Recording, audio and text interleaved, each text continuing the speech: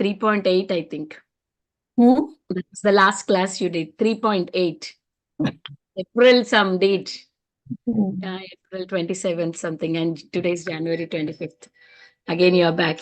Very late, Mataji. You're coming back very late with us. You're not coming regularly. Because I have a class on Thursday. So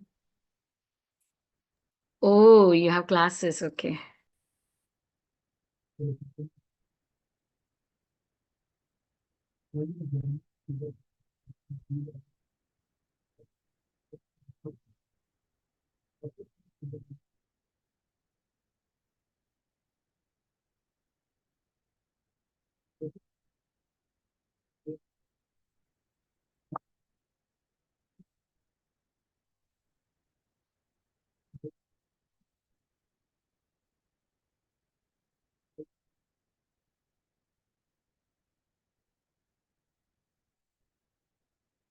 Give me 1 minute, Mataji. I'm all.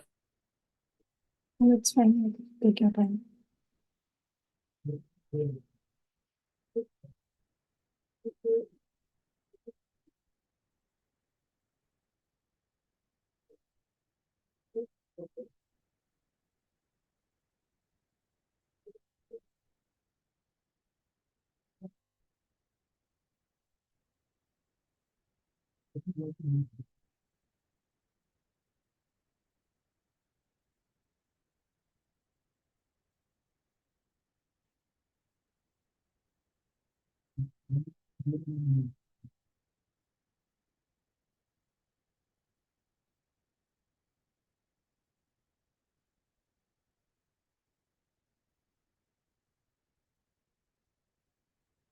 Yes, Mataji, we can start. Hare Krishna, everyone. Welcome to Bhakti Sangha. Today, we are very fortunate to have Her Grace Kirtida Mataji to enlighten us on the topic of Srimad Bahagvatam, Canto 4, Chapter 9.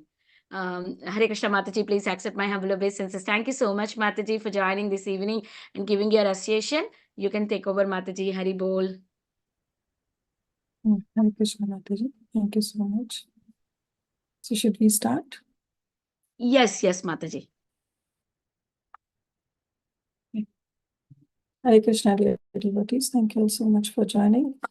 So we'll continue with our Srimad Bahagvatam study. Today we are on Canto 4 and Chapter 9. Very, very important chapter. So let's see how it goes. We'll offer our prayers and then we'll move ahead.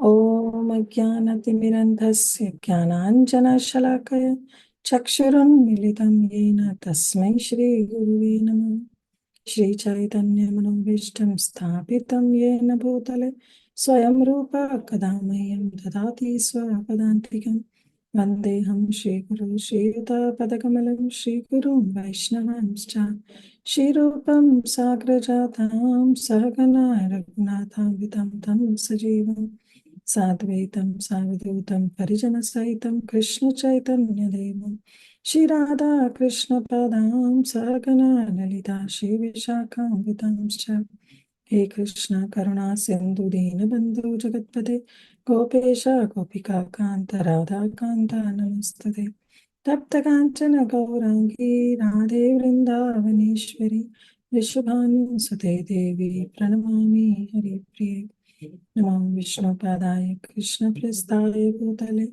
Srimate Bhakti Vedanta Swami Nidhi Namane Namaste Saraswate Deve Gauravani Pracharini Nirvishesha Shunyavadi Pashyata Deshadharini Vacha Kalpatarubhischa Kripa Sindhu Vacha Patitanam Bhavanebhyo Vaishnavebhyo Namo Namo Jai Shri Krishna Chaitanya Prabhu Nityananda Shri Advaita Gadadhara Shivasadi Gaura Bhaktavinda Hare Krishna Krishna Krishna Hare Hare Hare Rama Rama Rama Hare Hare Guruve Gaura Chandrai Radhikaya Tadale Krishna Bhaktai Tad Bhaktai Namo Namo Mukam Karoti Vachalum Pangum Rangai Girim Yat Kripatam Ham Vante Shri Guru Deenatarinam Paramananda Madhavam Shri Krishna Chaitanya Ishwaram Om Namo Bhagavate Vasudevaya Om Namo Bhagavate Vasudevaya.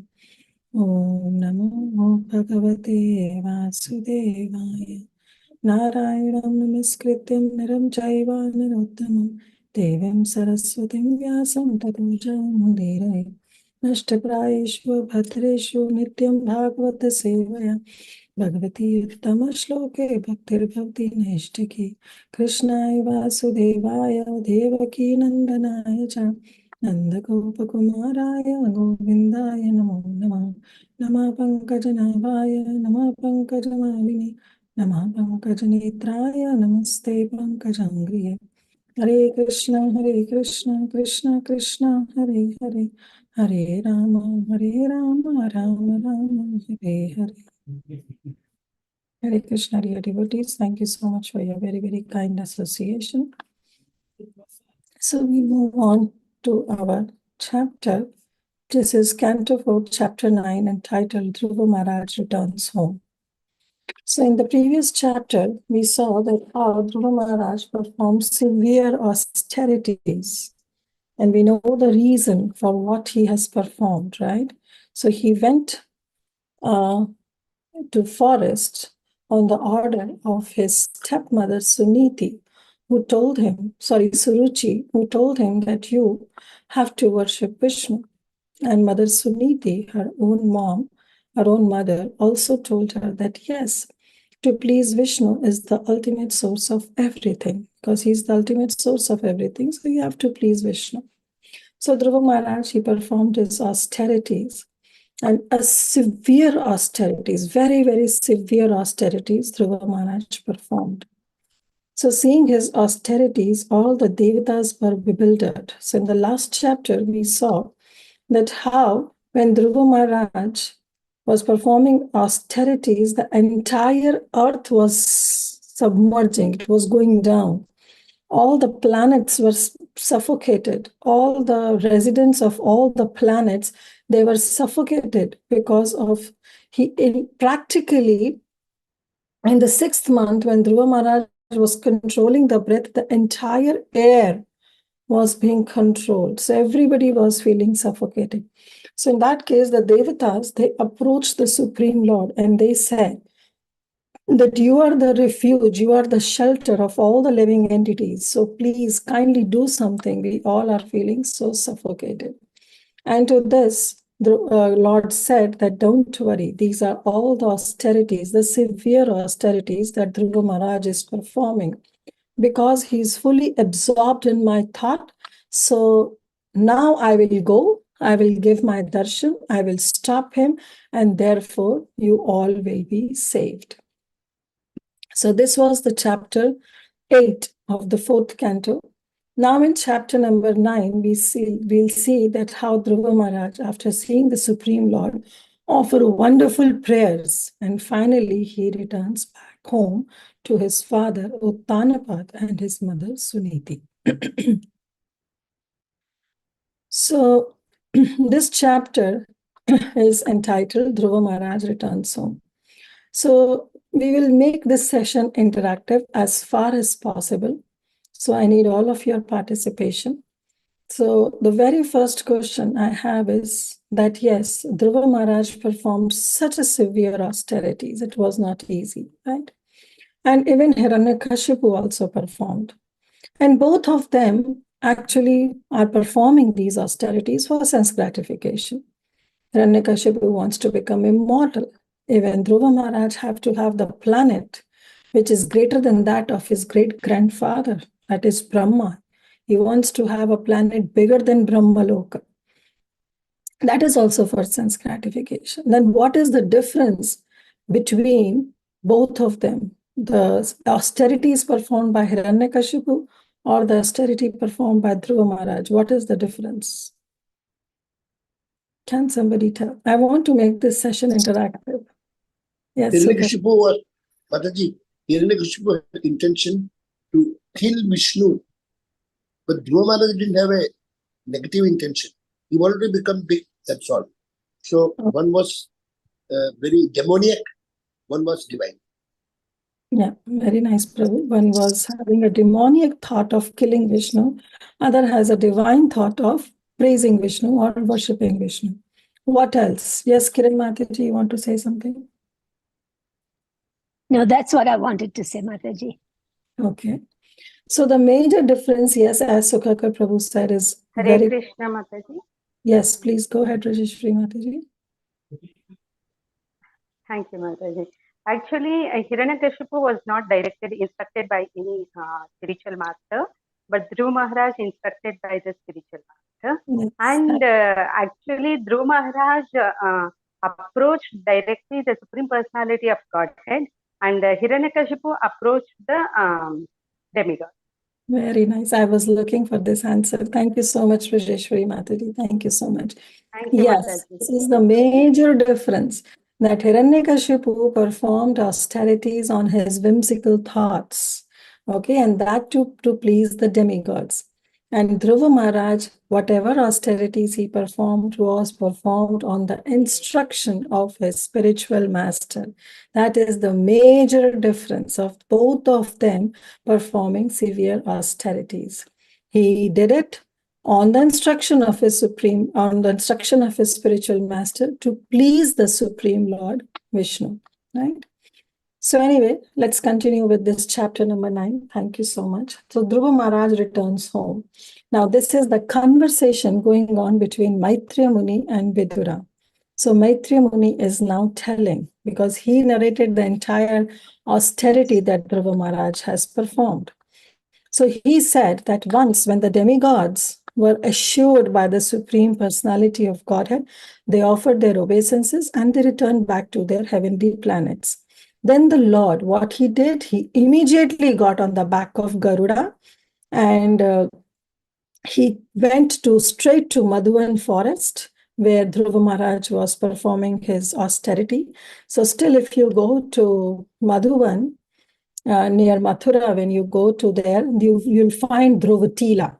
Dhruvatila is there, and there is a place where Dhruv Maharaj performed his austerities. So last year, during Kartik, I was fortunate to visit that place. So the Lord immediately went to Madhuvan forest to see Dhruva Maharaj. So Prabhupada says that which form of the Supreme Lord came? It was Saharsa Shirsha. So in the Purusha Shukta also, we have this Saharsa Shirsha Purusha, right? So this way we have the entire stuti. But here, the word Saharsa Shirsha actually refers to Garbhodakshaya Vishnu. So now the question may be asked that how come Garbhodakshaya Vishnu comes? Because we see that the demigods went to Vishnu to pray, but the demigods have access only to Kshirodakshaya Vishnu. They can go ultimately only till the shore of Milk Ocean, right? Along with Brahma, they can go only to the Milk Ocean. And there, Kshirodakshaya Vishnu is there. Then how come Saharsa Shirsha, who is also known as Garbhodakshaya Vishnu, he appeared in front of Dhruva? So Prabhupada explains in the purport that actually, yes, although the Lord appears at Kshirodakshaya Vishnu, but here he is non-different from Garbhodakshaya Vishnu. So Kshirodakshaya Vishnu is actually the incarnation. Actually, Garbhodakshaya Vishnu expands himself as Kshirodakshaya Vishnu. We all know this from Bahagvatam itself. So he went. So who actually went was the incarnation known as Prishni Garbha. So he went and he stood in front of Dhruva Maharaj. Okay, so we have to remember this, that it's Prishni Garbha, the form of Lord that is known as Prishni Garbha, who is an incarnation of the same Garbhodakshaya Vishnu. He went and he approached Dhruva. So the form of the Lord, now Maitreya Muni is describing, was brilliant like lightning. And Dhruva Maharaj was fully absorbed in the meditation. So when Dhruva Maharaj was absorbed in the meditation, he could see the form of the Lord in his heart. In his vision, he could see. But immediately that form was disappeared. A sudden disappearance happened of that form. And Dhruva Maharaj was bewildered. He was disturbed. He was perturbed that what actually happened. I was simply absorbed in the thoughts of my Supreme Lord. I could envision his form, but suddenly it got disappeared. And that made Dhruva Maharaj broke his meditation. And so he opened his eyes. And as soon as he opened his eyes, he saw the same form which he was envisioning in his heart was standing right in front of him. So he just saw the Supreme Lord. So Prabhupada says that actually the Shama Sundar form that the devotees see in one's heart is not imaginary. It's the same form you worship in the temple, you chant, you remember, or actually the original form of Vaikuntha, which appears in front of a pure devotee. So as soon as Dhruva Maharaj saw the Lord in front of him, naturally, he felt little agitated. He was agitated in the sense because seeing the Lord in front, imagine, he was seeing the Lord in his heart and the same form he's seeing right in front of him, face to face. So immediately he offered his Dandavat. Maitreya Muni mentions the word Dandavat. He fell like a rod. He offered his obeisances. And he started looking the Lord from his lotus feet. And he wants to kiss the lotus feet of the Lord. He wants to embrace the lotus feet of the Lord. This was the feeling that Dhruva Maharaj saw. His entire body, he was trembling out of respect. He was so much agitated in awe and reverence that he wants to fall flat in front of the Supreme Lord. And then Dhruva Maharaj, he was a small boy, right? He wanted to offer prayers also, but he couldn't offer because he doesn't know any suitable language in which he can offer, because he was just a 5-year-old boy. What can you expect from a 5-year-old boy? But the Supreme Lord, who was there right in front of him, he could understand that somehow Dhruva Maharaj is feeling in a very awkward situation because he wants to offer some prayers from his heart, but he could not. But then the Lord, what he did, he touched his conch shell on the forehead of Dhruva Maharaj. And Dhruva Maharaj was simply standing with his folded hands in front of Lord. And as soon as he touched his conch shell to the forehead of Dhruva Maharaj, the entire Vedic knowledge, the injunctions, the Vedic injunctions, the essence of everything went down into the head of Dhruva Maharaj. With that, he could offer prayers. So Prabhupada writes that Supreme Lord is situated in everybody's heart. So he understands that what the devotee wants, what the devotee feels. And as per that, he gives intelligence. Tadami buddhi yoganta. He gives that intelligence to that devotee, right?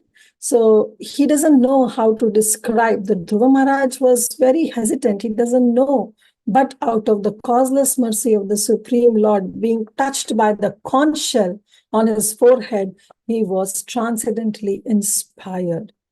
And the sound, similarly, Prabhupada said the entire Vedic knowledge was there in the heart and the head of Dhruva Maharaj.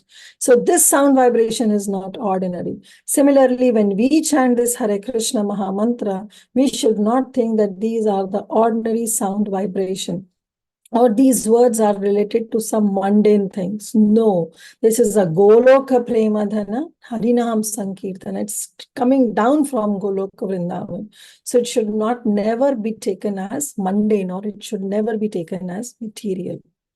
So at that time, Dhruva Maharaj, when he became aware of the Vedic conclusion, he understood everything. He understood about the absolute truth. He understood about the Sambandha Gyan. What is Sambandha Gyan? Sambandha Gyan is the knowledge that one knows about Jiva, Jagat, and Jagdish. Okay. And what is the relationship between Jiva, Jagat, and Jagdish, how Jagdish interacts with Jagat, and how Jagat interacts with Jiva, and how Jiva should behave with Jagdish, and how Jiva should behave with Jagat. All these things is actually the relationship between all these things is actually Sambandha Gyan. And that Sambandha Gyan was Dhruva Maharaj could feel that Sambandha Gyan in his heart. He could feel that relationship. He could understand the absolute truth. And in this way, he offered very, very beautiful prayers. And what are those beautiful? And this Prabhupada writes actually in the purport that this Vedic Gyan, this transcendental knowledge, Janma Karma Chame Divyam, Yevam Yoveti Tatvata, Tattva Deham Punarjanma, Naiti Mameti Sarjuna. Krishna says in Bhagavad Gita that the Janma Karma Chame Divyam, my birth, my activities, they are all transcendental. And those who know this in Tattva, in full, they don't come back. They cross over this cycle of birth and death. So this Tattva was actually taken up by Dhruva Maharaj because this Vedic knowledge, this transcendental knowledge was there in the heart of Dhruva Maharaj. Now, this transcendental knowledge cannot be obtained from any academic school. You cannot join any university where you can get the knowledge of this transcendental knowledge. You cannot. Then how this knowledge devotee gets? It is actually revealed in the heart of a devotee. Like in Shri Guru Charana Padma, that prayers we sing Divya Gyan Hridaya Prakashito. It gets revealed, this Divya Gyan, this transcendental knowledge gets revealed in the heart of a devotee. It cannot be taken from any outside source. It has to be revealed in the heart, right? It gets revealed how? By Tadvidhi pranipatena pariparshnena seve upadekshanti te jnanam jnaninas tattvadarshina. When one surrender completely onto the spiritual master, then this knowledge gets revealed in the heart of a devotee. So we see that how Dhruva Maharaj also, his heart was revealed with transcendental knowledge. And Dhruva Maharaj, remember, he wanted to have the kingdom which is greater than that of his great-grandfather. But he executed, as Vijayashri Mataji was telling, that he executed this order on the order of his spiritual master. He patiently executed. So therefore, he became successful. That's the key point. Whimsically, he didn't go. Start, yes. He just went because he was ordered by his stepmother Suruchi, which was also second by his mother Suniti. So he left the palace in the night time and he went straight to the forest to please Vishnu, to meditate on Vishnu, to see Vishnu. He had no idea where he was going, for what purpose he was going. But on the way, he met his spiritual master, Narad Muni. That's the key point. Because he was instructed by a spiritual master, his ways were not whimsical. It was on the order of Narad Muni that he chanted a mantra and he patiently performed his austerities. With very reverentially, he performed his austerities, and therefore he was eligible to see the Lord face to face. So then, after getting this entire transcendental knowledge by simply a touch of conch shell on his forehead by the Supreme Lord Vishnu, Dhruva Maharaj started his prayers. There are a couple of prayers. We'll go one by one to each of the prayer because every prayer is very, very important. So the first prayer that Dhruva Maharaj said, he said, "My dear Lord, you are all powerful. After entering within me, you have enlivened all my sleeping senses. My hands, my legs, my ears, my touch sensation, my life force, and especially my power of speech. Everything is enlivened just by your touch. So let me offer my respectful obeisances unto you." So Prabhupada says that one whose life force is not activated, it is just like a sleeping man. Therefore, we sing, right? Jiva Jago, Gaura Chandra Bole. Right? So how long, Bhaktivinoda Thakur sings that, oh living entity, how long you are going to sleep in the lap of Maya? Get up. This is the time. Realize your human form of life. Realize the purpose, the aim of you coming in this world, and perform the duties accordingly. Otherwise, we are simply sleeping. Our senses are simply engaged in all those material things while eating, mating, sleeping, defending, all these mundane things we are carrying on. So though the senses are working, but because they are working for sense gratification, it is same as if they are dead, because they have not solved the real purpose of their existence. And the real purpose of one's existence is that we should use all these senses in the seva, in the service of the Supreme Lord. Rishikena Rishikesha. When we use our senses to please the Supreme Lord Rishikesha, that is the Uttama Bhakti. So unless one is spiritually situated in all these activities, it is just equal to the dead man activities or ghostly activities. A mundane person cannot offer any prayer to glorify the Supreme Lord because he has no realization of the Vedic conclusion. And here Dhruva Maharaj, after becoming realized, he is offering this prayer that, oh Lord, till now all my senses were sleeping, but now you have awakened up. You have enlivened it. How? By the power of your touch. The touch of that conch shell is, you have enlivened all my senses, and especially the power of my speech, that I want to offer my prayers to you.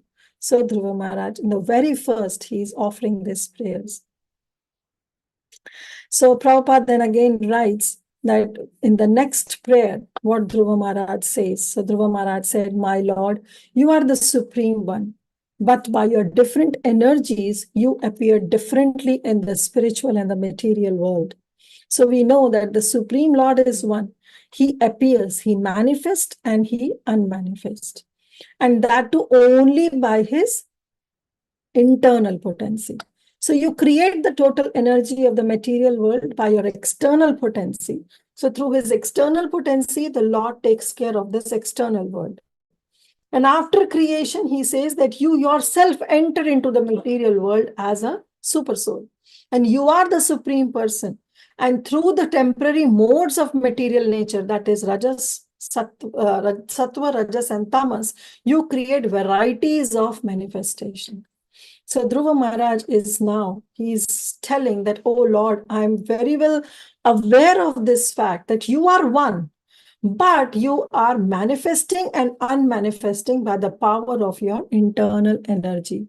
And this energy is actually spiritual energy. So yesterday, when we were studying about Jaiva Dharma, that also we came to this point that actually energy is one. Okay, the Supreme, we know that we have Maya Devi, we have Yoga Maya, we have Mahamaya, but actually the energy of the Supreme Lord is one, because the energy can never be separated from energetic. Radha Purna Shakti, Krishna Purna Shakti man, dui vastu bhed nahi, Shastra praman. Actually, there is no difference. Radha is Shakti of that Shaktiman Krishna. So they cannot be separated. Energy can never be separated from energetic. So there is only one energy. But this energy takes up different roles. When it has to take care of the spiritual aspect, it is spiritual energy, which is known as Yoga Maya. And when it has to act in the material world, it is known as Maya or Mahamaya, which is also known as illusory energy.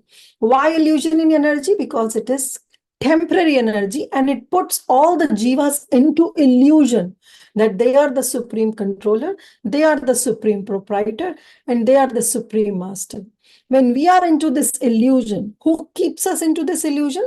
This external energy of the Supreme Lord. When it acts with the external world, this energy makes us understand that I am the Supreme. It makes us into illusion. Therefore, it is known as illusory energy. So, but otherwise, actually, there is no difference between energy and the energetic. They both are same. So this way he explains And he says that actually the devotees, they act as per the direction of the spiritual aspect, the spiritual energy. Like we see the position of Mother Yashoda, the position of Nand Maharaj, the position of all the Sakhas, all the gopis. They were into the illusion. They were also into the illusion of forgetfulness that Krishna is the supreme. But they were under Daivi Prakriti Mashrayam. Why? Because they were forgetful for Krishna to enhance their love for Krishna. Right? So they were under the spiritual aspect, whereas the non-devotees, they act as per Mahamaya. Therefore, they act in goodness, passion, and ignorance. So Dhruva Maharaj says, I know that you are one, but you are acting it in a different way. You manifest and unmanifest as per your desire of internal potency. Then Dhruva Maharaj continues and he says, O my master, Lord Brahma has fully surrendered unto you.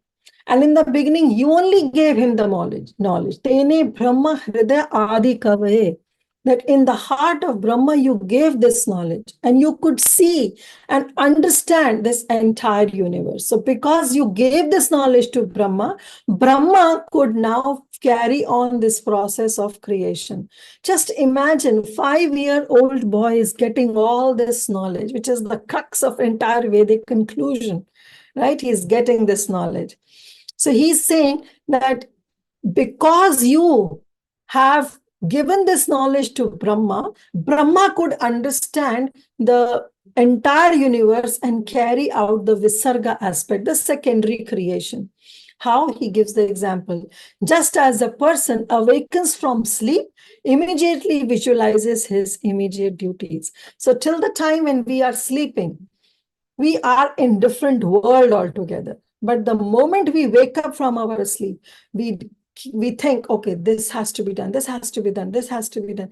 We have so many to-do lists to do as soon as we are awakened from sleep. But this now, Dhruva Maharaj is saying that Brahma was also sleeping. He was also in the mode of ignorance, but you gave him the knowledge because of which he could understand his duties to perform well. So therefore, even we, as Brahma, even we are all born in ignorance. And therefore we saying, Om Jnana Timirandasya Jnananjana Shalakaya. That we are born in ignorance, but my spiritual master has given this knowledge through a torchlight of knowledge he has given and has removed my ignorance. Right? Tasmai Shri Guruve Namaha. So therefore he says that the Supreme Personality of Godhead cannot be forgotten even for a moment by his surrendered devotees. The more the devotee engages oneself in the devotional service, the more he gets to know about devotional service, the more he comes close to the Supreme Lord. And when one comes close to the Supreme Lord, then what Krishna says in Bhagavad Gita, Tesham satata yuktanam bhajata priti purvakam. If somebody remembers Krishna with priti, with love, with devotion, then dadami buddhi yogam tam. Then Krishna himself gives this intelligent. And yenamam upayantite. With that, they go back to the Supreme Lord. So Prabhupada again in the purport repeats this example that when we abstain from sleep all day, but as long as we are not spiritually enlightened, we are all sleeping. So even after waking up, if we don't understand the purpose of our life, the aim of our life, it's equal to sleeping. Therefore, Bhaktivinoda Thakur says, Jeev Jago, Gaura Chandra Bole. It's Jeev Jago, not from the night that you have to get up in the morning and do Mangalarti. It's Jeev Jago means realize your position. For what purpose we are in this world, why we got this human form of life, who am I, who is Krishna, what is my relationship with Krishna. To understand all these Vedic conclusions is what is Jiva Jago. Otherwise, even if we are awakened from our sleep slumber, it is actually sleeping only. Right? So the devotee in perfect knowledge cannot forget even for a moment how the Supreme Lord acts, and he's always obligated to the Supreme Lord. So this is how Dhruva Maharaj is praying. Now in another verse, which is verse number 9 or 10, he simply says that persons who worship you simply for the sense gratification, they are certainly influenced by your illusory energy. But in spite of having you, who are like a desire tree and are the cause of liberation from birth and death, foolish person desire benedictions only for sense gratification, which is available even for those who live in hellish conditions. So now Dhruva Maharaj is putting himself on spot. And he's saying that those people who worship you for sense gratification, for some mundane material things, are actually in Mahamaya, control of Mahamaya. They are influenced by your Mahamaya energy, because you are like a desire tree who can give liberation from the cycle of birth and death. But still these foolish people don't understand, and they are asking for some material gain, some gain to satisfy their senses, for sense gratification. And then he says, like myself, because Dhruva Maharaj himself, when he went to perform these austerities to please Lord Vishnu, his aim was to get a kingdom which is greater than that of his great-grandfather Brahma. He wants to have kingdom greater than Brahmaloka. That was his desire. So he's saying, actually, these people, including me, are foolish because they are approaching you just for some material sense gratification. This material sense gratification can be achieved even for those who are rotting in hell. They get sometimes all these, they're also able to gratify their senses to an extent. But here, when they know that you are the giver, you are the desire tree, you are a kalpataru, you can fulfill all the desires, and still after coming to you, they're asking for some insignificant happiness, is actually meant that they're devoid of all knowledge. So Prabhupada gives this example that just like you go to a big millionaire and ask for some few dollars, you know that millionaire can help you with a lot of things, but you ask him for a few dollars. So there is no point, you are simply wasting your time. So this happiness, he says, is actually because when we approach the Supreme Lord for some sense gratification, why do we go there? We want to achieve some kind of happiness. And that happiness is actually available in hogs and dogs also. They also enjoy eating, sleeping, mating, and defending. So we are also enjoying. So this happiness is a flickering happiness. It is so insignificant, but one should seek for real happiness. That happiness which is unlimited, that happiness which doesn't deviates, that happiness which doesn't diminishes. So how can we have that happiness? Then Dhruva Maharaj actually quotes the famous verse, and he says that transcendental happiness that a devotee should seek can only be derived by two ways. And what are those two ways? First is to meditate upon the lotus feet of the Supreme Lord, because this lotus feet actually acts like a boat on which the devotee steps in and cross over this nascence of cycle of birth and death. So by meditating on the Supreme Lord's lotus feet, one derives transcendental happiness. Otherwise, all other happiness are just temporary, right? They diminishes over the period of time, or they are always accompanied by certain kind of distress and suffering. But if we want that transcendental happiness, which is unsatiated, which is unlimited, which doesn't diminish with the period of time, with the passage of time, then that transcendental happiness can be achieved only from meditating upon the lotus feet of the Supreme Lord. That's the first way.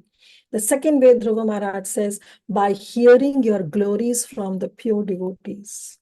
Hearing the glories of the Supreme Lord from the mouth of a pure devotee also, one gets transcendental happiness. It is actually beyond the stage of Brahmananda. That's what Dhruva Maharaj says.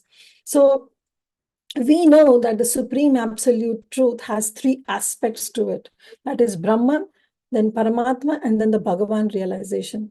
So if somebody is on Brahman platform, there is a certain kind of ananda even in that realization of the Supreme Absolute Truth, and that is known as Brahmananda. But this Brahmananda is just a start of that Ananda. The real Ananda one gets when one realizing the Supreme Absolutes, one of the aspect of Brahman is actually not wrong. Okay, if somebody says that Brahman is one of the aspect of the Supreme Absolute Truth, yes, it is. But this knowledge is incomplete knowledge. It's not a wrong knowledge, it's an incomplete knowledge. And the Ananda that is received by knowing the Brahmananda, the Brahman aspect of the Supreme Lord, is a very minuscule in terms of understanding the happiness that one can derive by knowing the Bhagavan realization of the Supreme Lord. And that is what is transcendental bliss. And that can achieved by meditating on the lotus feet of that Supreme Lord who is personality, and then hearing about his glories from the pure devotees. Otherwise, one can be elevated to different planets, but ultimately we have to come down. So therefore, Dhruva Maharaj says that Shravanam Kirtanam, hearing and chanting, cannot be compared to the happiness that can be derived by the karmis, by the jnanis, or by the yogis. Okay, this is the highest one can derive in the devotional service, the highest transcendental bliss by Shravanam and Kirtan, by hearing and chanting, by meditating on the lotus feet of the Supreme Lord, and by hearing the glories of the Supreme Lord from the mouth of a pure devotee. So Prabhupada says that actually the position of karmi is that they can at most go to the level of heavenly planets. This position of jnanis is that they can go to a little maharloka or taparloka. But everything gets destroyed over the period of time. Yanti deva vrata devan. Person who worship the demigods, they are elevated to the heavenly planet. But then what happens? Shinne man punya marthyam lokam. As soon as their piety finishes, they come down. Their pious activities are exhausted, they have to come down. So all the happiness that one can derive actually is cut by the sword of time, because it's a temporary happiness. But if one wants an unlimited happiness, unsatiated happiness, then one should always focus on the lotus feet of the Supreme Lord and try to hear the glories of the Supreme Lord from the mouth of a pure devotee. Then Dhruva Maharaj continued and says, "O unlimited Lord, kindly bless me so that I may also associate with those great devotees." So he knows the power of Satam Sangha, Satam Sangha, he knows that what is the power of that.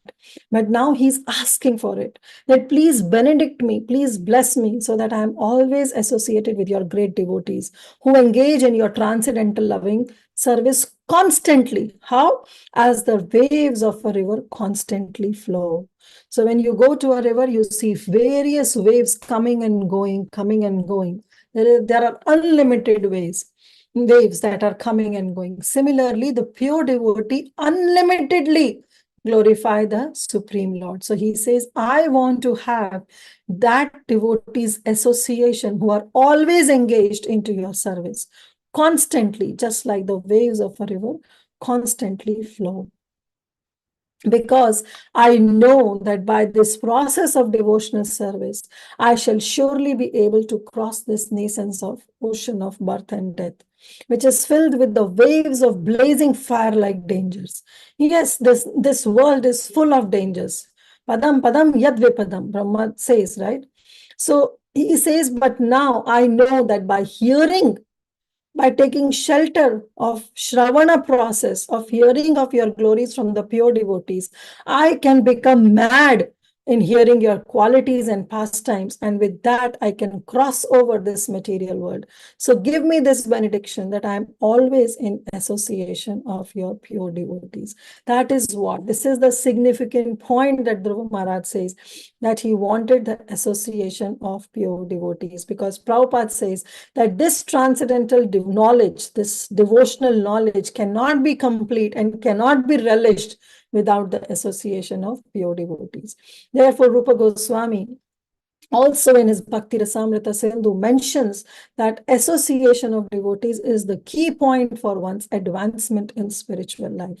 That one should always try to associate. Satam prasanga mama virya samvedo bhavanti hrid karana rasayana. When we are fully absorbed and relish the pastimes of the Supreme Lord through our heart and ear, not only from our ear, which goes from one side and comes out from the other side. No, we have to relish it by engaging our heart also in the transcendental qualities and hearing of the Supreme Lord.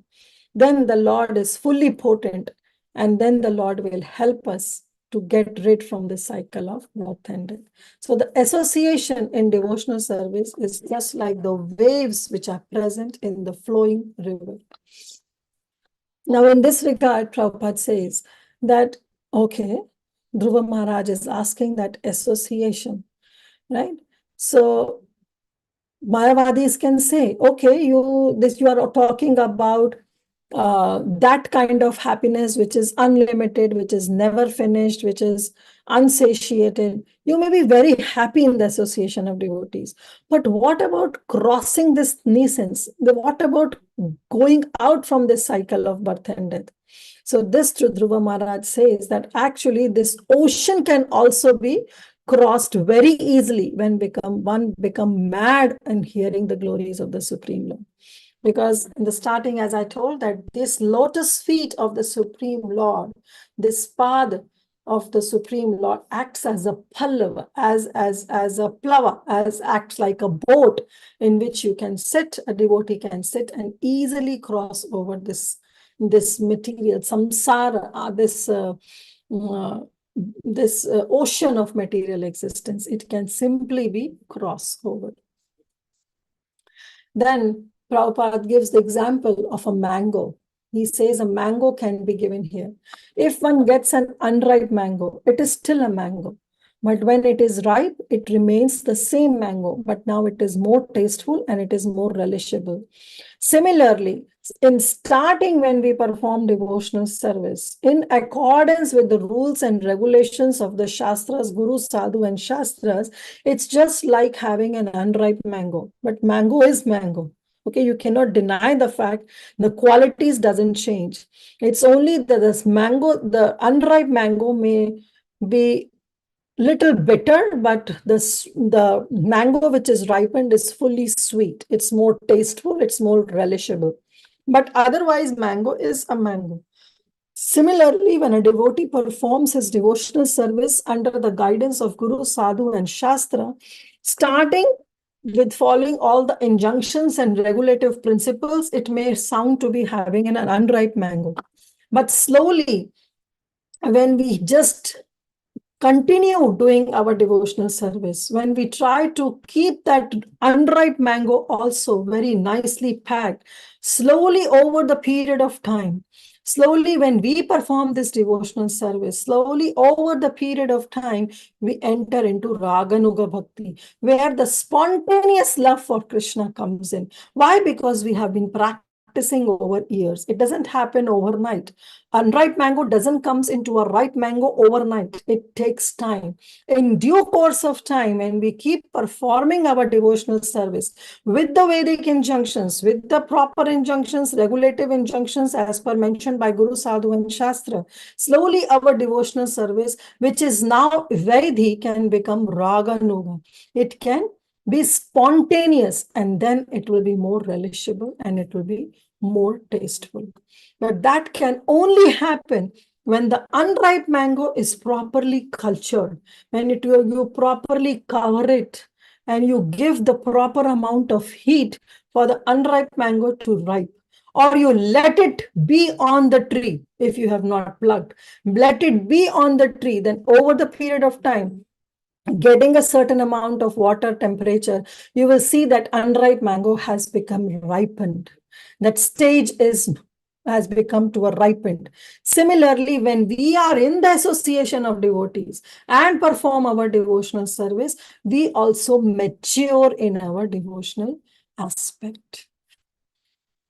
Then Dhruva Maharaj said, oh O Supreme Lord, if a person happens to associate with a devotee whose heart always hanker after your lotus feet, he is never attached to the material body.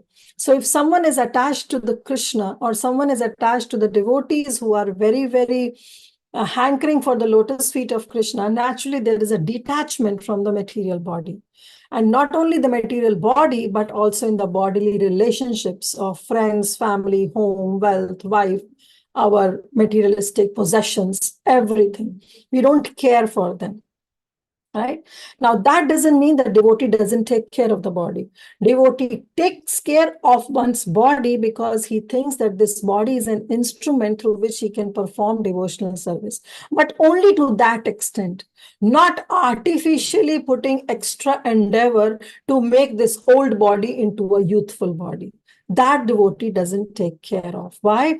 Because he knows that this body is just a medium through which he can perform devotional service. So due respect and due care is given to this body, but not like others who just focus only on this body and they do different gymnastics, different kinds of exercises, but finally forget the ultimate destination or the ultimate aim one can achieve from this body. So this is also very important. Now then, the Dhruva Maharaj continued, my dear Lord, O Supreme Unborn, I know with the different varieties of living entities like animals, trees, birds, reptiles, demigods, human beings, they are spread out throughout the universe, which is caused by your material energy. And I know that they are sometimes manifest and sometimes unmanifest. That's the nature of Prakriti. But I have never experienced that supreme form which I behold now as I see you. Now, all kinds of methods of theorizing have come to an end. So Dhruv Maharaj is sharing his experience that I know about different varieties of even demigods, humans, trees, reptiles, everything. But the form that I am beholding now in front of my eyes, I have never seen, I have never experienced. Then he says that although everything is spread out throughout the universe, everything is resting upon you, but still you are aloof, right? This is the verse from Bhagavad Gita. Anybody wants to tell what is this verse where Krishna says that he has spread himself throughout the universe, he's all pervading, but although everything is resting upon him, still he is aloof.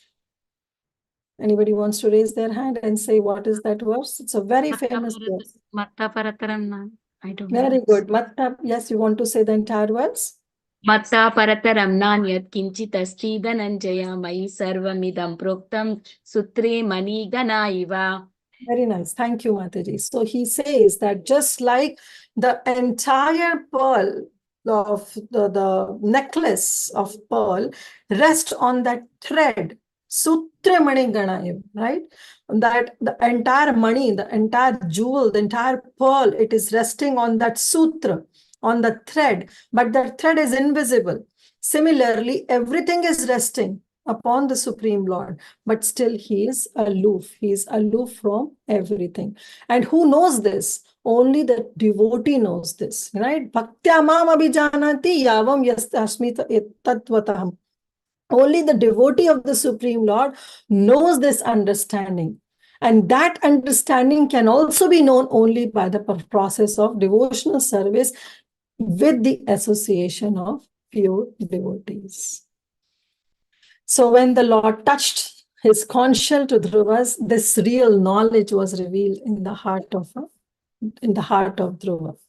Finally, Dhruva Maharaj, then he says, my Lord, at the end of each millennium, oh my God, it's already 8:27. To what time I have to end, Mataji? 3 minutes more. And I'm still on 14, Krishna. Then he says, my dear Lord, at the end of each millennium, the Supreme Personality of Godhead, Garbhodakshai Vishnu, dissolves everything manifested within the universe into his belly. He lies down on the lap of Sheshanag, and from his navel sprouts a golden lotus flower. And we all know that how Brahma comes on it. Brahma is created. So even this knowledge was awakened in the heart of Dhruva Maharaj. So then Dhruva Maharaj said, By your unbroken transcendental glance, you are the supreme witness of all the stages. You are eternally liberated. Your existence is situated in pure goodness, and you are existent in the super soul without change. So these are the different aspects that he was mentioning, that how the living entity is forced to take birth, but the Supreme Lord comes with his own supreme sweet will. So living entity is always entangled by the three modes of material nature, but the Supreme Lord is Mayadhish. He is Trayadhish. He is actually the master of all the three modes of material nature. In Bhagavad Gita, also Krishna says, Daivi Esha Gunamai Mama Maya Duratta. It's my Maya, it's divine, it's Daivi, it is comprised of three modes of material nature, but it is my Maya. My Maya means it is working under my direction, right? Maya Adhyakshena Prakriti. So he is Trayadhish, the Supreme Lord is Mayadhish. And then another difference he mentions is that between the Lord and the living entity, that the living entity is always in darkness, always in mode of ignorance. Om Ajnanatimidandhasya Jnananjana Shalaka. We are always in the mode of ignorance. But the Supreme Lord, he knows about our past, present, and future. And he knows what is happening in the heart of everybody. So this way he points out various points, various differences between the living entity and the Supreme Lord. And he says, my dear Lord, in your impersonal manifestation of Brahman, there are two opposing elements, knowledge and ignorance. But your multi-energies are continually manifest. But the impersonal Brahman, which is changeless, is the cause of material manifestation. Because you are the supreme, same impersonal Brahman. So now here also Dhruva Maharaj is saying that actually I have come to this conclusion that you are Brahman, you are Paramatma, and you are Bhagwan. He knows that you are Brahman because you manifest, you unmanifest, this material energy is working under your direction. He knows that you are Paramatma because the same feature of Lord Dhruva Maharaj saw in his heart, which he is beholding now face to face in front of him. And now he's seeing the Supreme Lord as four-handed form, as Prishni Garbha, and he knows that you are also a personality. So he says that I have known this entire tattva of this absolute truth. So then he offered his obeisances to that, to the Supreme Lord. Then Dhruva Maharaj continues and he says, oh my Lord, you are the supreme personified form of all benediction.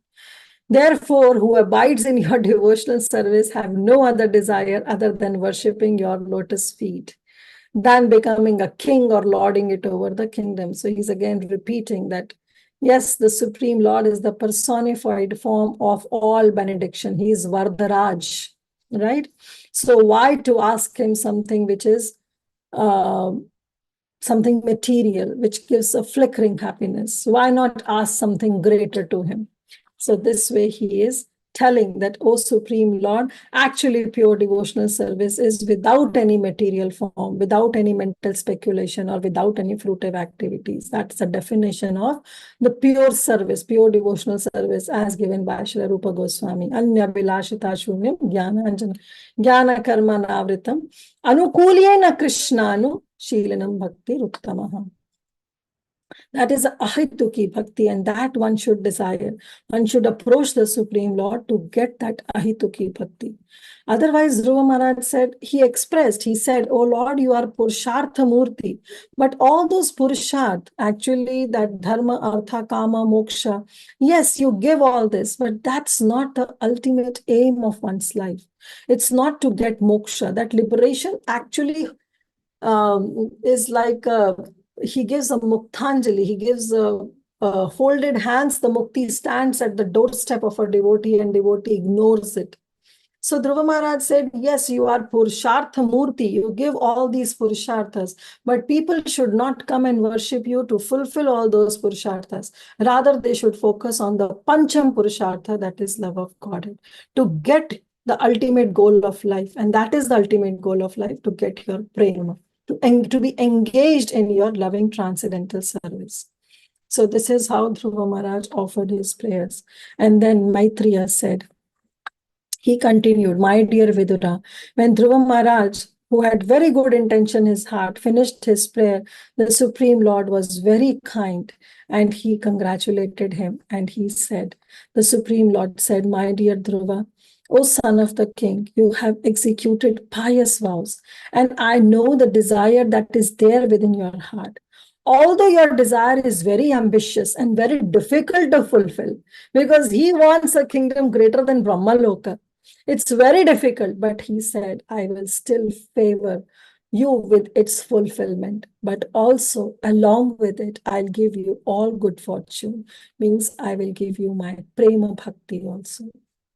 So this way, the Supreme Lord, then he said, I will award you Dhruva Loka. He mentions that I will give you Dhruva Loka, which is greater than Brahma Loka.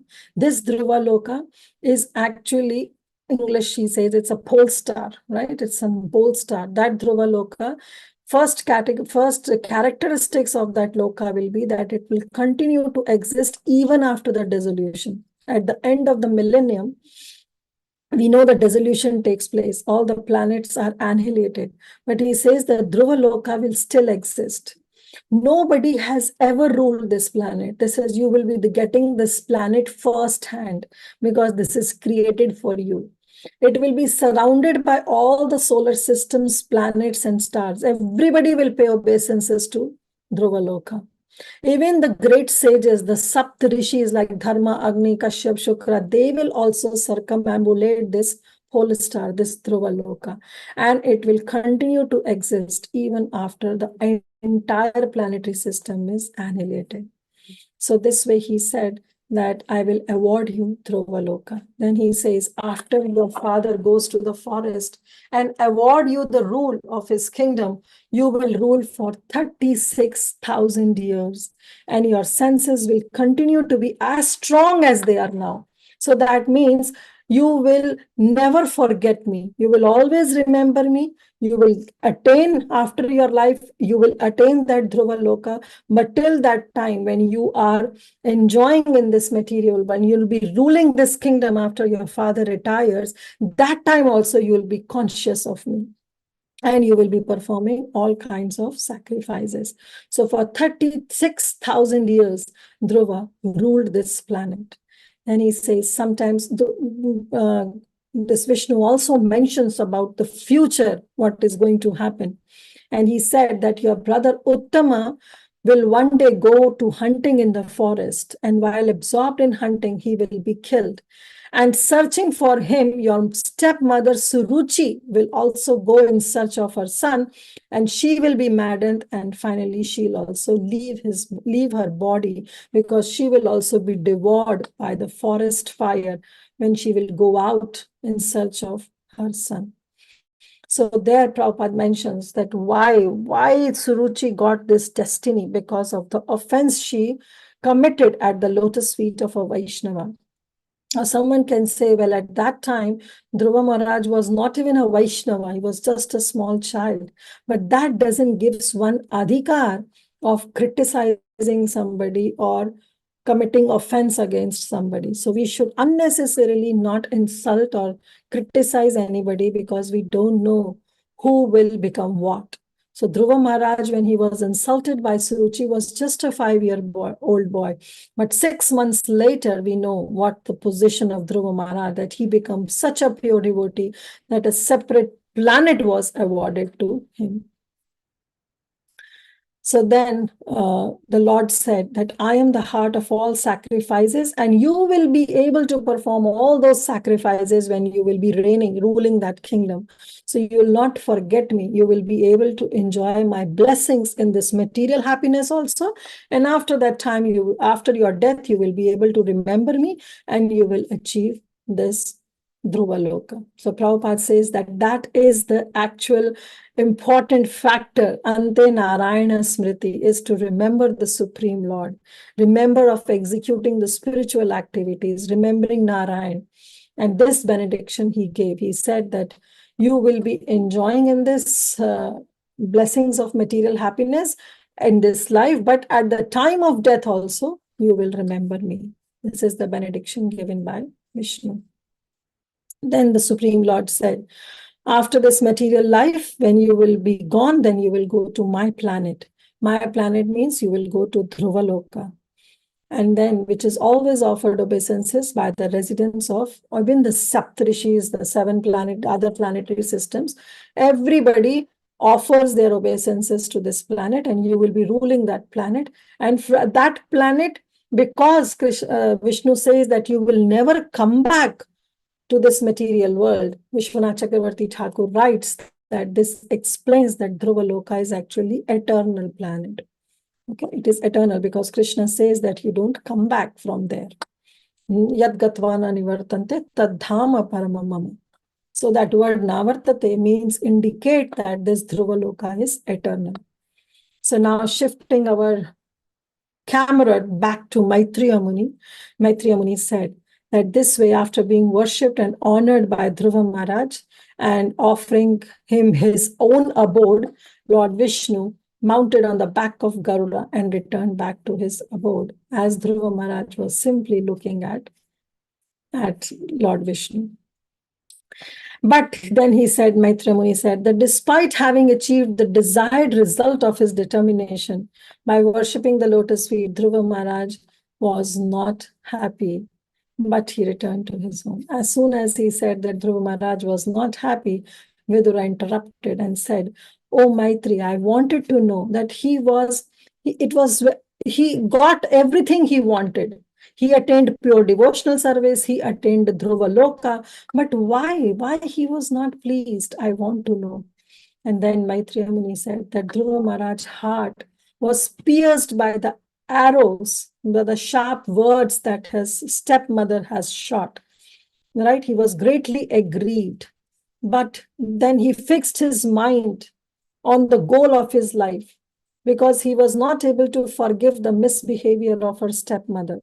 But then he realized that actually, after seeing the Supreme Personality of Godhead, he thought that he was ashamed of his material demands. So that's why Dhruva Maharaj was not happy, because he was feeling that why I have to worship the Supreme Lord with all these material demands in my mind? Why I was so much concerned of the words that my stepmother has said. So he was not feeling happy because he didn't do justice to his own austerities. And that's what he said, that Dhruva Maharaj was not feeling happy. And then Dhruva Maharaj said to himself, so there are a couple of verses where Dhruva Maharaj thought that actually to endeavor to be situated at the lotus feet of the Supreme Lord is not an ordinary task. Even the great brahmacharis like Sananda, Sanat Kumar, they also practice Ashtanga Yoga just to get the shelter of the Supreme Lord. But within 6 months, I achieved the same result. Yet, due to my thinking differently from the Lord, I fell down from my position. So Dhruva Maharaj is now lamenting. He's simply lamenting. He's talking to himself that I got that position of seeing the Supreme Lord face to face within 6 months. But how indifferently I approached, because my approach was to get material gain. And this is not one should approach the Supreme Lord. He said, alas, look at me. I'm so unfortunate. I approached the Supreme Lord. He has the power to immediately cut the chain of repetition of birth and death. I could have simply worshipped him to take me away from this material world and situate me in your abode eternally. But out of my foolishness, I was praying for some broken pieces of glass. I was asking something which was perishable. And the Supreme Lord, who is also the Paramatma in my heart, could understand my wishes. And therefore, he didn't take me along with him. He gave me the benediction that, yes, I will go to him, but for certain years, I still have to suffer in this material world. So he said, I'm so unfortunate. With what wrong things I approached the Supreme Personality of Godhead. And this is not how one should approach. He said, I have been given this mantra by Narad Muni, Om Namo Bhagavate Vasudevaya. This is the mantra which can elevate me directly to Vishnu Loka. But I didn't even thought of this, and I've been asking for some material benefits. So this is also an eye-opener for all of us. We have been given this Hare Krishna Mahamantra. This Mahamantra is Mahamantra. It's not an ordinary mantra. This has been given to us by our spiritual master, by the chain of disciplic succession. So while chanting this mantra, we should not ask something which is material. We should never ask something which is material. This mantra is only and only meant for Krishna prema, for our Pancham Purushartha, ultimate goal of life. This mantra is not for material gains. If we happen to ask this, we will also repent like Dhruva Maharaj is repenting right now. He's lamenting right now. So he says that maybe the demigods, they knew that I will be getting this wonderful planet, and therefore maybe they have deluded my intelligence. They have polluted my intelligence. Otherwise, why I should be asking with all this? Then he says that maybe under the influence of illusionary energy, that I was just sleeping on the lap of Maya, and I saw that duality, that why Uttama was being praised by my father, why I saw my brother as my enemy, why I saw my stepmother as a stepmother, why those words affected me, that they are my enemies and they are my friends, why I was living in this duality. If I would have not been living in this duality, then maybe Krishna knows my heart and would have taken me right away and right then. But now he gave me 36,000 years to stay in this world. So he says that it's very difficult to satisfy the Supreme Personality of Godhead. But in my case, although I have satisfied him, but still I only prayed for useless things. Then he says, my activities were exactly like a treatment that is given to a person who is already dead. So if a person is already dead, what's the use of inserting any kind of IVs or inserting any kind of medicine to that person? That person is already dead. He will not come to life. So he says, all those austerities that I have performed, all those things that I've prayed for is actually useless. Why? Because in spite of meeting the Supreme Lord who can cut my link from birth and death, I'm again praying for the same conditions. I've been praying for this to get the planet, which is just for my sense gratification. Why I did all this? I only asked for a few broken grains of husked rice to a great emperor. What is the use? If we are going to an emperor, then we want something big, right? Similarly, he says, this Lord, he can cut the chain of my birth, cycle of my birth and death. But still, I just asked for the planet greater than Brahmaloka. So then Maitreya Muni said this way, he was simply lamenting. But he says, my dear Vidura, persons like you who are pure devotees at the lotus feet of Lord Mukunda, they are always attached to their lotus feet and they are satisfied in serving the lotus feet. So in any condition of life, such persons always remain satisfied and they never ask from the Lord anything which is related to material prosperity. So he said, oh Vidura, I know your position, but I'm just telling you that this is how Dhruva Maharaj lamented. Finally, he says, King Uttanapad finally heard that his Dhruva was coming back, and as if his own life is coming back. But he could not put his faith in that message because he was doubtful that how that could be happen. But his one mind was saying that maybe because of my good fortune that my son is coming back. So whosoever was giving that, so the words was delivered by a messenger. So Tanpa took out of his valuable necklace and handed over that necklace to that messenger. So first he was not 100% convinced, but his heart was saying that maybe because of my good fortune, my son is coming back. So he handed over that necklace to the messenger who gave this message that Dhruva Maharaj is coming back home. So immediately King Uttanapad, he mounted a chariot which was drawn by excellent horses, and he left the city immediately. He informed his ministers, immediate friends, and with auspicious sound of conch shells and flutes and kettle drums and Vedic mantras to indicate good fortune, he started to receive Dhruva Maharaj. Even the queen, both Suniti and Suruchi, along with Suruchi's son Uttama, all three of them also mounted the same palanquin to greet Dhruva Maharaj. So when Uttanapad, after seeing Dhruva Maharaj approaching from a neighboring forest, he immediately got down from his chariot. He embraced his son, his lost boy, because practically he was lost. But breathing heavily, King embraced him with both the arms. Dhruva Maharaj was not the same as before. Now he is not longing for that embrace. Now he is not longing to sit on the lap of his father, because now he has been touched by the lotus feet of the Supreme Personality of Godhead. But still, Uttanapat, with his long cherished desire, smelled Dhruva's head again and again and bathed him with the torrents of very cold tears. And Prabhupada writes, what are these cold tears? There are hot tears and there are cold tears. When somebody shed tears in distress, the tears are hot. When somebody shed tears in great happiness upon fulfillment of some desire, then those tears are cold tears. And Uttanapad was shedding these cold tears because now he could see his lost son. Then Dhruva Maharaj, first of all, offered his obeisances to his father. Then he bowed down to the feet of his two mothers. So first of all, he bowed down to his stepmother, Surichi, because she is the one who insulted and instigated Dhruva Maharaj to leave home. But now Dhruva Maharaj was completely freed from all contamination of material desire. So just to honor, he bowed down to his stepmother, Suruchi, first.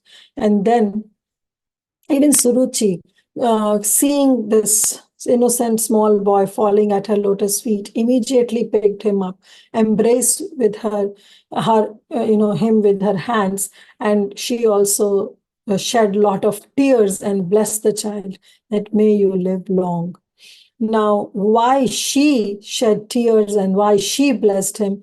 So Vishwanath Chakravarti Thakur gives this as example that she blessed because now Dhruva Maharaj was endowed with the transcendental qualities.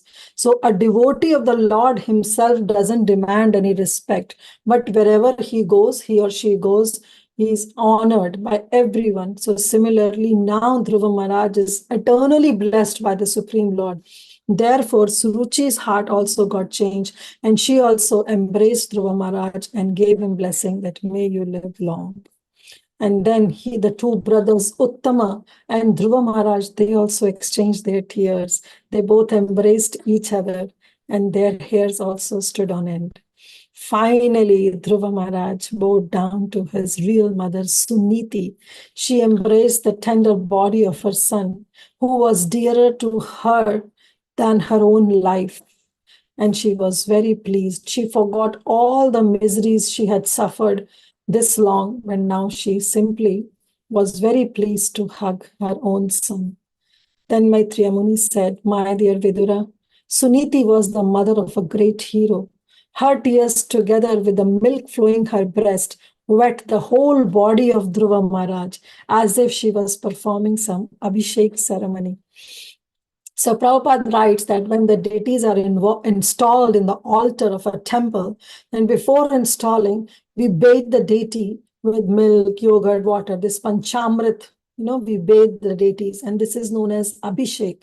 So Suniti was also doing Abhishek with her eyes and with the milk that was flowing through her breast, just so that she wants to give this indication that here onwards, in the near future, this Dhruva Maharaj will be installed on the throne of his father.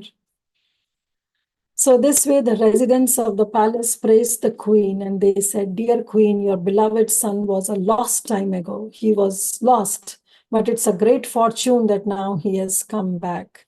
And that will put end to all your sufferings, all your material pangs.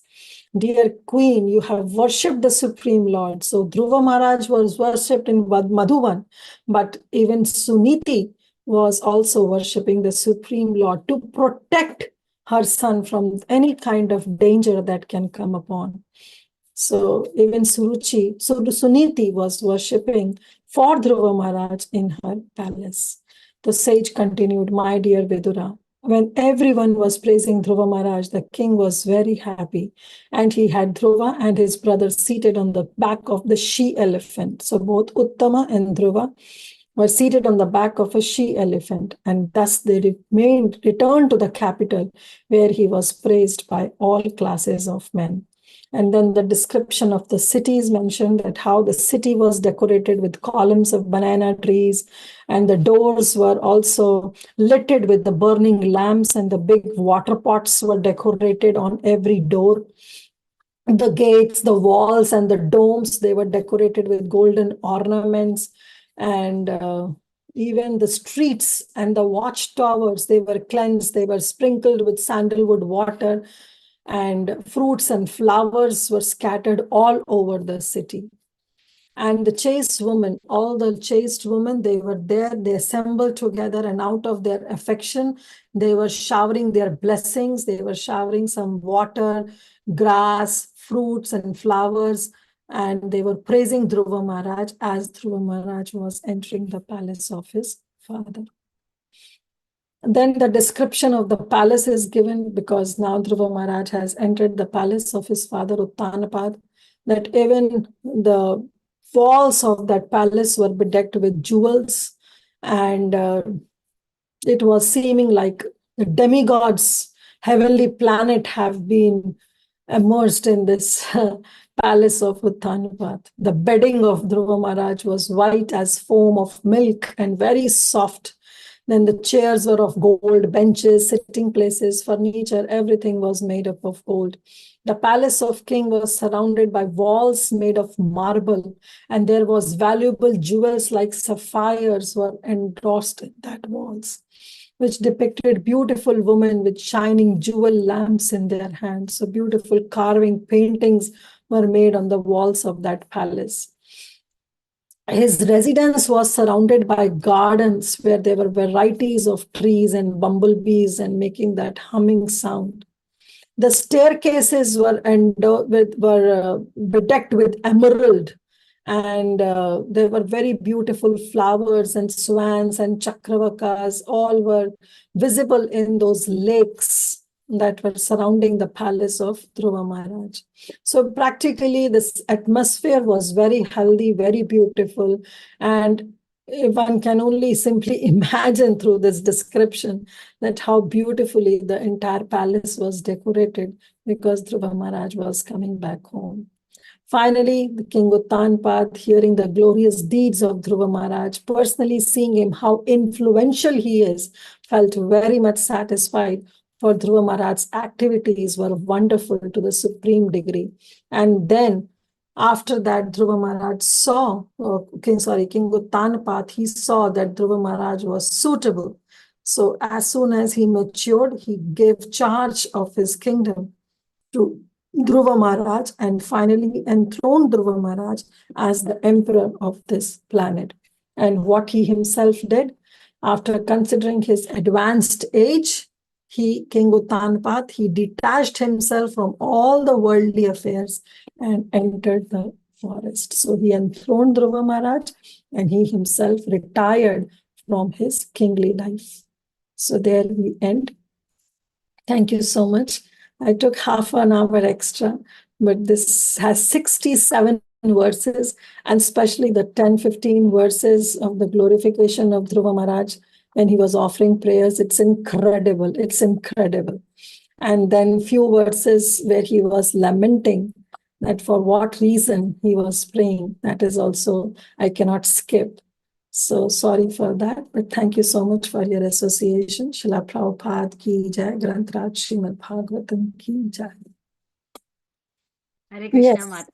Hare 112. Krishna. Thank you so much, Mataji, for such a beautiful, beautiful class. Very grateful to you. Whole the chapter was very, very nicely covered, Mataji, especially the purpose that you have highlighted. So nice. That how without the devotional service we cannot reach Krishna. The Shravanam Kirtanam should be done, and with the guidance of the spiritual master plays a great role. How everything is like how the mango you were giving example as it's quoted in the puppet. With that mango can be ripened properly under the care of spiritual master. If the spiritual master is not there, that mango can be rotten. It's go bad and no use. Nobody will like at least in it at least when it is not in a good like not ripened. Some way we can use it. Means if it is bad, if you are in bad association, then it's not going to be used. Very nicely explained, Mataji. Mataji, but I have a question. I don't know if my question is right. Maybe it was covered in previous chapters. I didn't focus. So, how long did Dhruva Maharaj did this tapasya, Mataji? 6 How long? months. 6 months. Only 6 months. Okay. Within 6 months, he got darshan of the Supreme Lord. Okay. So then when did actually the Dhruva Maharaj father and the stepmother realize that their mistake, Mataji, because now they are As soon welcoming. as Dhruva Maharaj left the palace, Uttanapad came to know, he realized that he has done wrong with Suniti because Suniti was his elder wife. So he got to know that he has done wrong with Suniti, and he immediately realized, and he started focusing his attention towards Suniti. And that time Suruchi realized that what she did was a mistake. Oh, okay. Yeah. Thank you, Mataji. Thank you so much. But very, very beautiful class, Mataji. Very grateful to you. I could go through the Subodhini while you're explaining. It was nice, Mataji, to hear the class. Very grateful to you. Skaka Krishna Prabhu, please go ahead. Or maybe he raised for before. Hare Krishna. Yeah, please go Hare ahead. Krishna, Hare Krishna, Mataji. Thank you, very much. Thank you, Kirtida Sundari. It was so wonderful. I lost myself. He spoke so nice about each and every prayer, everything, top to bottom. Even if somebody listen 2-3 times, it will be good. Because it's giving totally the mood of Dhruva and the repentance of asking something which is not very good. So I just want to know one thing, Mataji. Dhruva told that all these things, we get sense gratification. We have to remember Krishna always. Always remember Krishna, never forget Krishna. But knowing the theory, in practicality, it doesn't happen. You go out, you're feeling thirsty, a juice you want to drink. You know that everything should be offered to Krishna and drink. But we think of Sri Vishnu, drink it. So that is also wrong. Everything should be offered to Krishna and then only done. So like this, by theory we know, but practically not possible. Why it's how it can be brought into practice. Prabhuji, I know that you are asking this question just for me, so that I can myself remind myself whenever I'm in such situation, because I know you are very, very exalted and you yourself know this answer. Bhagavad Gita, in the introduction, Prabhupada mentions the very first thing, that before reading this Bhagavad Gita, he says that theoretically accept that Krishna is supreme. So theoretically, we should have that faith. First of all, theoretically, we have to be very, very clear what I have to do, what are my standards, who Krishna is, and what is my position. So if theoretically we are clear, then this practical implementation will come through a time. As the time passes, when we start putting, because there also Krishna says, Abhyasena tu kaunteya vairagya chauchate, that slowly that vairagya will come, but Abhyasena tu kaunteya, that you have to keep practicing. One time we will fail. One time the time will come when we don't remember Krishna, but then immediately we'll make ourselves remember, no, this is the thing I did wrong. Next time, okay, now I have to remember Krishna. Keep on practicing. This practice will make one perfect. So, of course, and that can only happen when we are in the Sajatiya Sangha, when we are in the association of like-minded devotees, that who are also practicing the same for which we are aiming for. If we are into that association, it will come into practice. It's not a matter of a day, like an unripe mango cannot turn into a ripe mango in a day. Yes. It will happen Yes. over a period of time. Shaner, Bhagavad Gita says, slowly, Yes. gradual, baby steps, but the time will come. But at the same time, practical implementation will happen in the due course of time. But theoretically, should always remind ourselves, who are we and who is Krishna? Yes, very good. And one more thing, one of your godbrother, Brother Bihari Prabhu, I really like his lecture, so nice, Radhanath Maharaj disciple.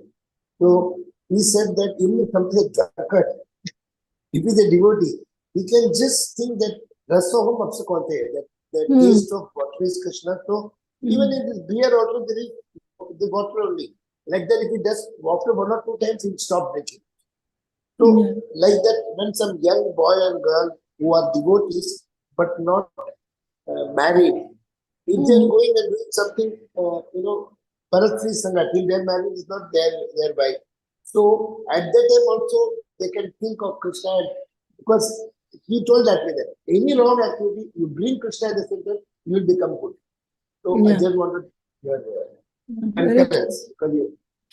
Thank you, Prabhu. Yes. Thank you, Bhakti. Thank you so So much. at least this I can always remember whenever I drink water. I remember Krishna says that.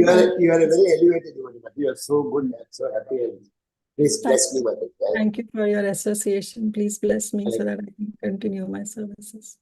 Hare Krishna. Thanks. Hare Krishna. Hare Krishna, Kirtida Mataji. Krishna.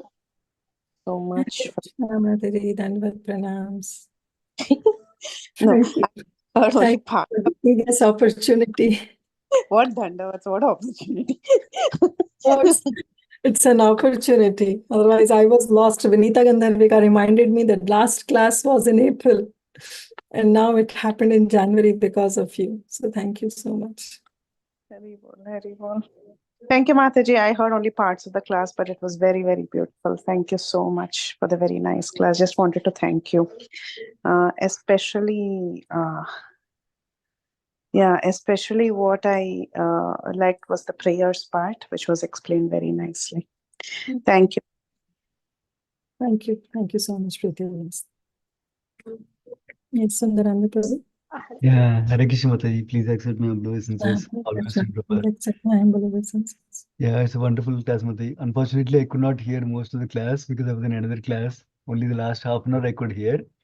But it was very nice, Mataji. You're a good storyteller. You're telling nicely what Prabhupada is telling and what Vishwanath Chakravarti is telling. It's very nice to understand. Yeah. Thank you, Mataji, for sharing. Thank you, Prabhu. Thank you for taking care of this call so nicely. You are really putting all your efforts in this call. Thank you so much. Thank you, Mataji, for the opportunity. Hare Krishna. Hare Krishna, Mataji. Dandavat Pranam. Thank you very much for your association after a long time. And class was really nice. And to Maharaj prayers and his returning back to his kingdom. Mataji, actually, whether I'm mixing the stories or I don't know. I just wanted to say that Narad Muni comes and meets his father Uttanapada, right? Yeah. Afterwards, he realizes that he is. Narad Muni tells. Yeah.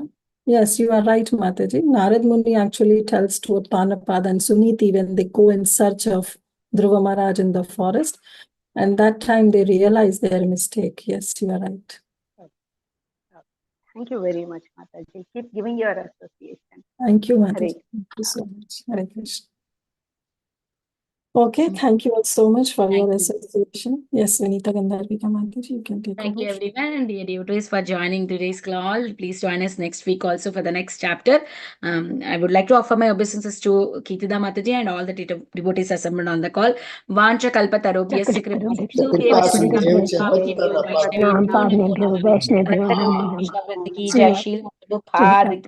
Grace Kirtida Sundari Mataji ki jai. Jai Ho!